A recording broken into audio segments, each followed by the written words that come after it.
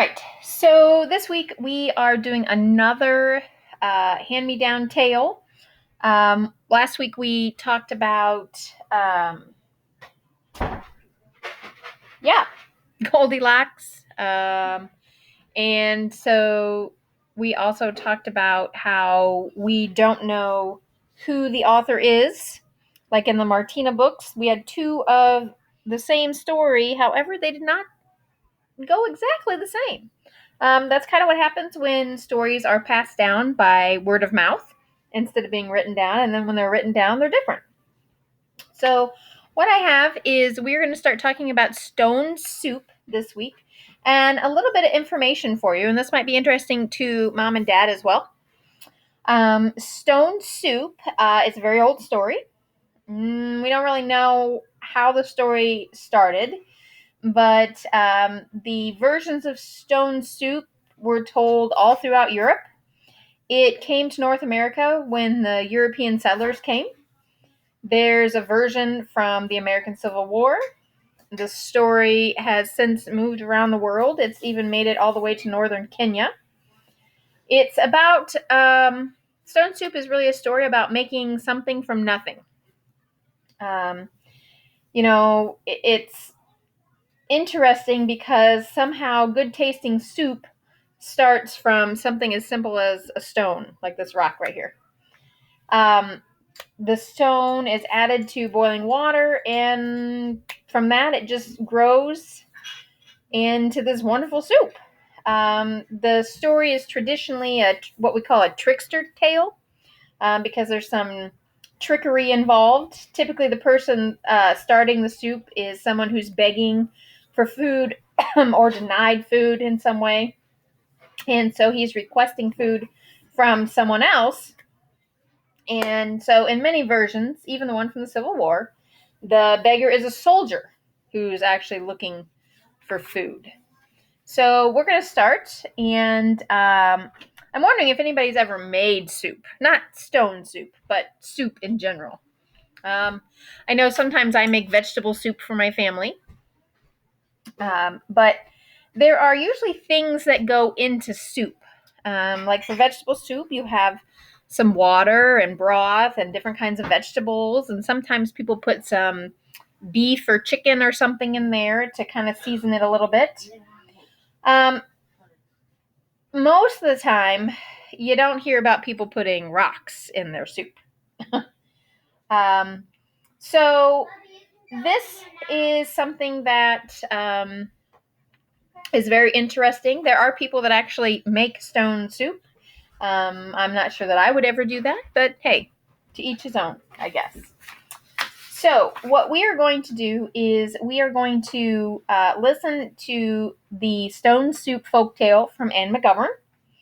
All right, and there is a link on this page to go to her website so that you kind of get an idea of who she is.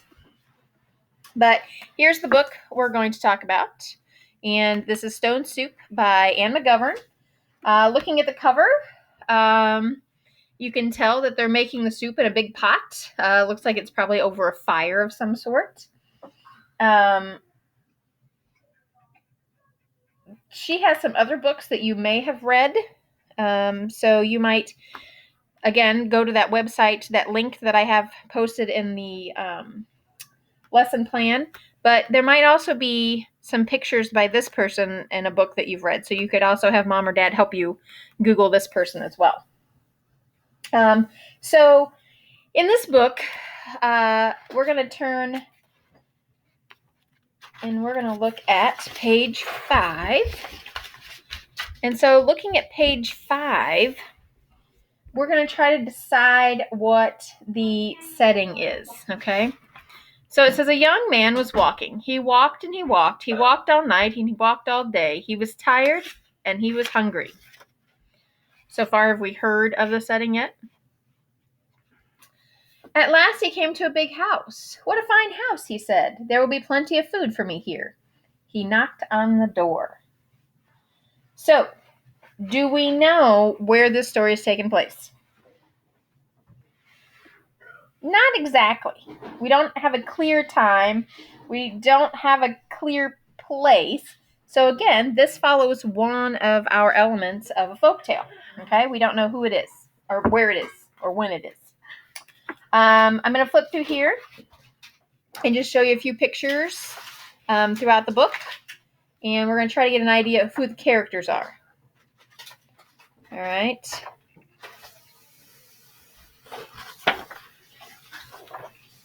Okay.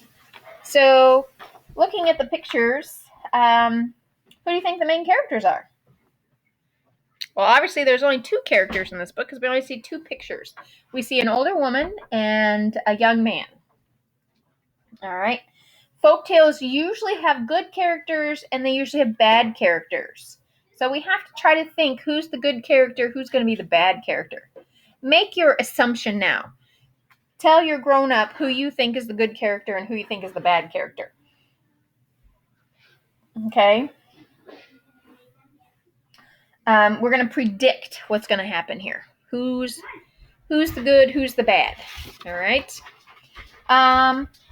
If we look at page 21 here, let's see. Let's get to page 21. Page 21. Here's what we see. We see the lady. What do you think she's looking for in the doghouse? Remember, they're making soup. So what could she possibly be looking for in this doghouse? Think about that for a minute. And think if you can figure out some clues in the picture as to what she's looking for. Okay? So be thinking about all these things as we read this story. Okay? All right. So here we go. I'm going to read the story to you. All right? And when I'm done, we're going to talk about the book a little bit, and then we're going to get into our response booklet. All right. Our response booklet will be in a separate video, just so you can kind of have a pausing moment to take a little break after listening to the story. Okay? Here we go. A young man was walking. He walked and walked. He walked all night and he walked all day. He was tired and he was hungry.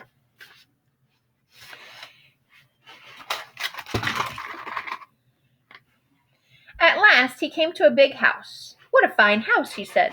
There will be plenty of food for me here. He knocked on the door. A little old lady opened it. Good lady, said the young man, I am very hungry. Can you give me something to eat? I have nothing to give you, said the little old lady. I have nothing in this house. I have nothing in the garden. And she began to close the door. Stop, said the young man.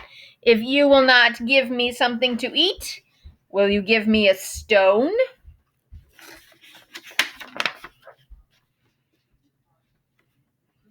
A stone? Said the little old lady. What will you do with a stone? You cannot eat a stone. Ah, said the young man, I can make soup from a stone. Now, the little old lady had never heard of that. Make soup from a stone? Fancy that. There are stones in the road, said the little old lady. The young man picked up a round gray stone. This stone will make wonderful soup, he said. Now get me a pot. It's kind of bossy.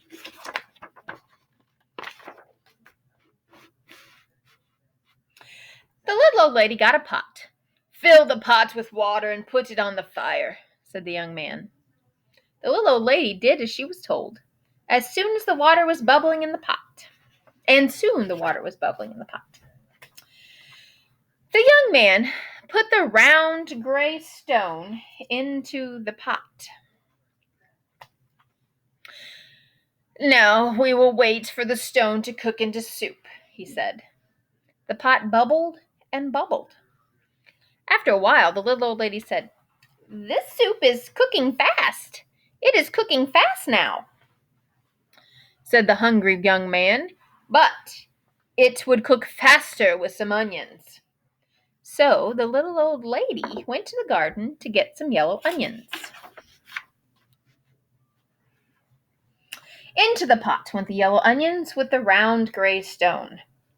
Soup from a stone, said the little old lady. Fancy that. The pot bubbled and bubbled. After a while, the little old lady said, This soup smells good. It smells good now, said the hungry young man, but it would smell better with some carrots.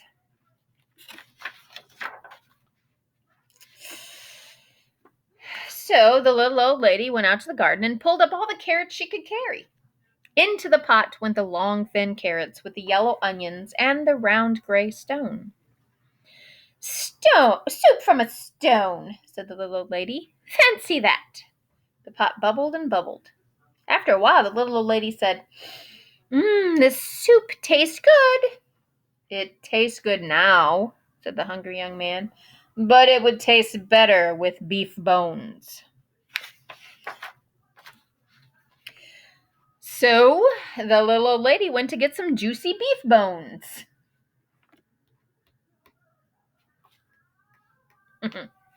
Into the pot went the juicy beef bones, and the long thin carrots, and the yellow onions, and the round gray stone.